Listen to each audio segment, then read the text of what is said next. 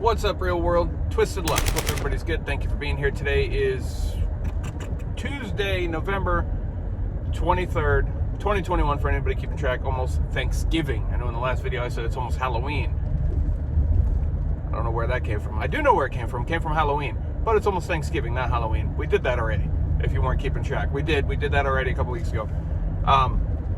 So there's a lot of things I want to talk about. I'm going to cram some of it into one video. First I'm going to say the purple lights. Everybody, it seems to be, we all seem to be on the same page. Most people seem to be on the same page on what people think is the real deal with these purple street lights or these black lights. And seems to be a lot of interest in it.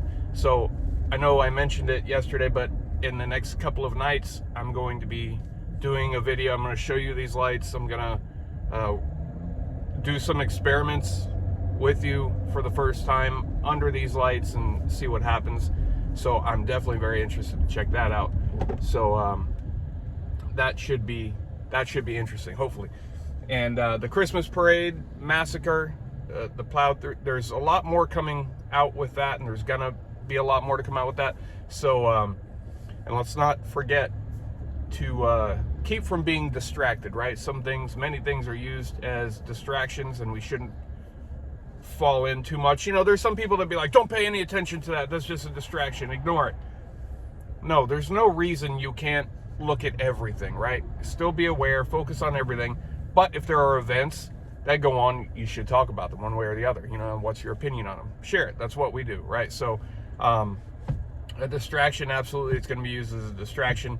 It's interesting how different news organizations are painting a completely different story of the whole thing. But when I made that video, or I didn't make a video about it, but I mentioned it in the purple light video, no information was out yet about a suspect. There wasn't anything out yet. All we knew was they found a car that plowed through a parade when I made that video. So a lot more coming out. We'll talk about that after I have more information. After I haven't gone really too much into it yet because there's a lot of other stuff going on. Anyway, so the main thing I want to talk about today, not the main thing, but the thing I decided to talk about today, Pong. So I saw a video last night of it's in America, and it's recently. It was, I believe, in just a couple weeks ago it was filmed. 60-something-year-old woman. I believe she's homeless. She made a video. She was parked along a road, and she's approached by police. And the police come up, and they've dealt with her before for parking in areas where they don't want her to park. And like I said, the assumption is made from the video that she's homeless, that she's living out of her van. And some comments she makes too. She says that's the only thing in the world she owns. And the police have towed her van before because they keep driving her off. You can't be here, you can't be here, you can't be here. And the police approach her and say, hey, people called us and, you know, said you're parked here, you can't be, there's no camping here, no camping. She said, I'm not camping. They're like, yes, you are. No, I'm not. Goes back and forth. And what are you doing? I'm sitting here and I'm reading. They're like, ma'am, you're in a bathrobe, you know, it doesn't look like you're going anywhere, you can't be here. She makes the argument, I'm legally parked, I'm not doing anything wrong, there's no signs that say you can't, and you can't park here, and I'm not camping. I'm not camping. I believe she just kind of moves from place to place, you know, to be safe and have a place to feel safe and not be harassed by anybody. So they go on, and they're threatening to tow her vehicle. Leave, or we're going to tow this as abandoned. My first thought was, it's not abandoned, you can't do that, and you're not allowed to come tow a vehicle with somebody inside of it. You know, I cringe when I see these videos, because from my experience, I know what's right and what's wrong with police interaction, and when police are, you know, saying the wrong thing when they're saying the right thing. So I always cringe. I'm like, oh God, please say this. Please say this to them, because they can't do that. So, and she does. She says, it's not abandoned, I'm in it. And they tell her, it doesn't matter. We're going to tow it whether you're in it or not. If it's here, still in an hour. And she makes the argument. They chalk her tires and stuff. And they go back and forth. They have a long history. She says she's paid all this money. She almost lost her van. She almost didn't get it back out from the last time they towed it on her. And they're harassing her, and they know this is the only thing in the world she even owns, and they're trying to take it from her. And, she says, where am I supposed to go? Where am I supposed to go? I go here, you say I can't be there. You go here, I can't be there. And again, she's legally parked, right? She's legally parked, and she's not doing anything wrong. So, in a public place. Public, not, like a private Walmart lot, and Walmart saying, hey, we want her gone, whatever it is. It's public property. Legally parked. And the one cop tells her, go park at the train station or something like that. She's like, this, she says, this is a safe place. I feel safe here. He's like, go park at the train station or the train tracks or whatever. He's like, that's a safe place. And she laughs. She's like, no, it's not. That's not safe. And he said, but we won't get called. And that's the key. That's the key. And that made me think of a lot of things that I saw that I didn't like. That's the key. The police are not trying to, in general anyway, there are good cops that generally do care. But as a whole, collectively, and how new cops are taught and trained, they're not there to make sure this person is safe. They're there to make sure they don't have to deal with that person anymore. We don't want to deal with you. We don't want to get calls. We don't want to deal with it. Go to a place that the police suggesting to this 60-something-year-old woman, go to a place that isn't necessarily safe, but we won't be bothered with calls of you parking. We won't have to deal with you anymore. And, think about that. Think about, if that's somebody's mother, grandmother, sister, whatever, just shuffle you around. And this reminds me of something that happens a lot that many cops refer to as not beer pong, bum pong. It's bum pong. This is what many cops have dubbed a game that they play. So most areas have a decent homeless population, whether you see it or not. They do, and they're shuffled around. Now, there are homeless people that are in the position of their own doing, and they make no attempt to get out of it and commit crimes and burglarize and things like that. But there are also people out there that are hard up, and this is not their chosen way. They don't choose to live on the street. They don't choose to have to deal with all this, and they're working to get out of it. And they're not out there burglarizing cars and houses and businesses and selling crack and not selling crack, but buying crack and stealing to fund it. There's a lot of them that are just good people and just a terrible situation that would love to be helped in some way. Now, the community, especially businesses and business owners, right? They complain, hey, homeless people nearby, not even hanging out on the property, but nearby. Looks bad.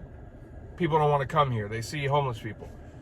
So the police drive them off. And this is a real thing that happens, not just on TV. This is something I've seen many, many times myself. Businesses, there's a lot of businesses that donate and lots of money and participate in lots of police things, right? There's business districts that fund a lot of the police cars and police equipment. And a lot of times these owners, what they say goes, right? Oh, make sure you make that business owner happy. If they see a homeless person on their block they don't like, do whatever you got to do to get rid of them. I mean, coming up with charges for, arresting people for collecting cans. I remember seeing this operation. It was to help the businesses by getting rid of the homeless people, getting rid of them by getting them out of the area one way or the other, taking as many to jail as you can. And the plan was to go out early in the day because they'd all go collect cans throughout the day, and the next morning they would collect a little bit more and go to the recycling place. And the plan was to go into that area where not we, because I'm not part of that, where they know they're all going to converge and start charging them with things, all sorts of things, like arresting them for having a shopping cart, because it's a crime to have a shopping cart. It's a crime to have a milk crate with a label on it, like a dairy label or something. There's all sorts of crazy laws that would surprise a lot of people, and these were to be enforced to get rid of these people, and it was and I fought against this, and I really, really didn't agree with this, and it was terrible, and it made me sad to see them doing it. So I was told to take part in this. I didn't do it. I went out there trying to help people, and I'm not going to make somebody's hard life harder, but what I saw people doing, other cops doing, is they collect these cans, cart mounted with cans, right? So they're excited. They're going to get a good check or a good pay now, good for them, because they got a lot, and you can see the excitement in their face. They're going to get paid. This is their food money for the day. And sometimes hotel money, if, they're staying in a pay-by-night long-term hotel or whatever. So they're arresting them for having the cans, and then their only concern is for having a shopping cart, right? And then as they're being arrested, their only concern is my cans. So they're going to take my cans. The rest of them are going to take my cans. And, bring my cans with me. That's my property. Bring my cans with me. And when somebody's arrested, yeah, you have to store their property safely for them. Whether you think their property is trash or not, that doesn't mean anything. That's their property. They had it when you arrested them. You have to safely store it for them and keep it for them. But they didn't do this. They either took it to dumpsters or just left it on the side of the road. And I literally saw a guy crying, saying, no, they're all going to take it. They're going to take it. Everybody's going to take it. Do you know how much work I did to collect that? And cops laughing about it. This is disgusting. It bothers me to even tell this story. This is one of many things. I should have included this in like part 3 of that, the whole police experience, because this was part of literal training, was to abuse people and their rights. So there's this big push to get the homeless people out. So bum Pong, where does that come into play? So the police departments don't want to deal with homeless people. They don't want to get the calls about, hanging out here, hanging out there, or asking people for money at the store, or they don't want to deal with it. And that's literally what it is. They're not concerned that they don't want to help that person. They don't want to, whatever. They might sometimes appear like they want to help that person. Hey, let me take you to the shelter. That's one of two things. That's either because you won't be here anymore, but most times those shelters are full already. And especially when that shelter is in another city, and the homeless person will even say, no, they're full, and they're full. Oh, I'll take you there. I'll talk to them. And they'll take them there, then they're in the other city. They know they're full. They won't go in. They'll still be on the street, but it's somebody else's problem. So cops will find these homeless people doing various things, whether they're just hanging out, walking down the road, whatever. And I'm not even talking about getting calls on them. They want to stop the problem before they start getting calls. And they know at some point, someone's going to call a homeless person hanging out or walking down the street, whatever. So the police will go out and harass the homeless people. Hey, what's your name? What's your ID? And a lot of these people just don't know their rights, or they're afraid to stand up for them. They don't have to just ID themselves if they haven't committed a crime, right? And a lot don't know this, and a lot are afraid. And the cops are more willing to victimize the homeless people because generally they feel like, who's ever going to believe them? And, they're not going to be able to do anything. They're not seen as people by many, many cops. They're not.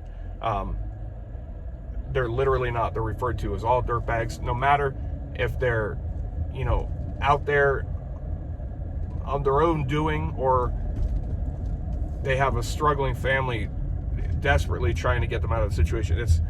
It doesn't matter. Cops look at them as dirtbags, and it's horrific. It's unhuman.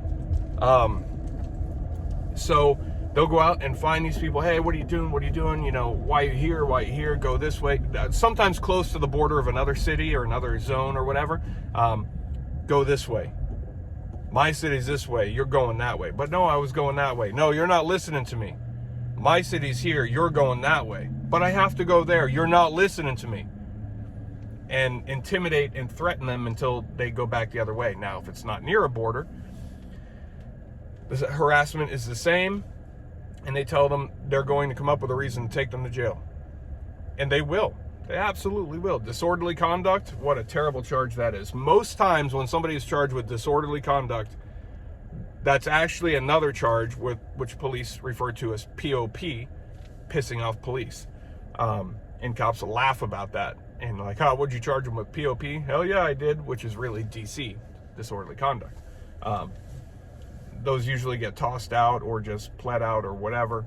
And it's typically a joke charge. When that's the only charge somebody has, most likely the cop just wanted that person to go away for the night, didn't want to deal with them, or they pissed the police off. That's what that is. So they will threaten and the homeless person knows, this guy will take me to jail for nothing. Then it's gonna, he's gonna be far away, he's gonna have to find his way back, whatever. So I'll take you to jail, get in the car, I'll take you to jail. What do you mean get in the car? Get in the car, I'll take you to jail. So most times they opt to get in the car, and the cop will then take them to a neighboring city or zone that they're not responsible for, right? That they don't have to deal with. And let's say it's a different city.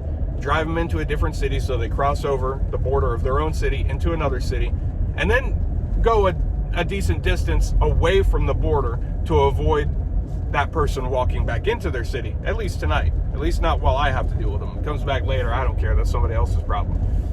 And then they will drop them off at a random location. Literally a random location. Not ask the person where does he want to go, just a random location, and tell them, don't come back to my city. So, and I've seen policies that actually says, this is such a problem, it's actually written, do not do this to the homeless people. Don't do this, because people complained, right? And police do it. So they still encourage it, but in shady wording, right? In sneaky wording. But it has to be in writing, so they look like, they're there for the people, that, hey, we can't do this, but they still do it, and they do it.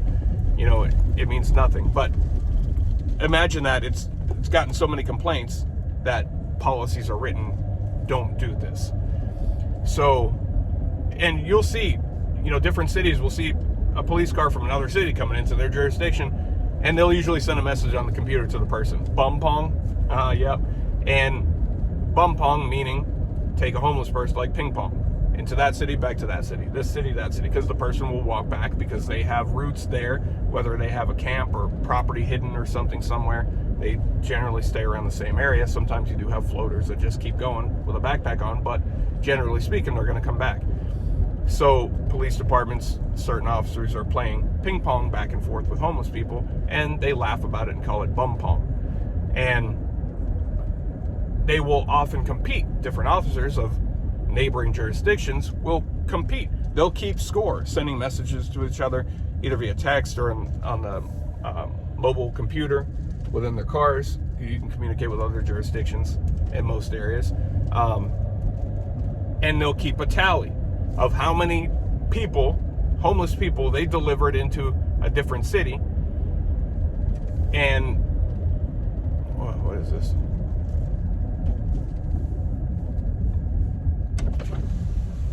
Y'all want to buy some crack? Yeah. So, where was I? Just a little bit of fun. Yeah, so they'll keep score, right? They'll keep score. And hey, I brought this many people, I brought that many people, laughing about it, joke about it with their friends, the others, literally laughing about it and joking about it. And because they do not see these people as human, as people's lives, right? If they would picture this person that they're dealing with, interacting with, as their sister, brother, mother, uncle, grandmother, son, daughter, whatever it is, they would treat them a bit differently. But they've lost that. And I will say a majority, either have lost that or never had it. And they treat people as inferior, like they're just better than them because you're homeless. You automatically determine that's just a dirtbag. Just a dirtbag deserves just to be shat on, right? And it's a horrible thing that they do to these people.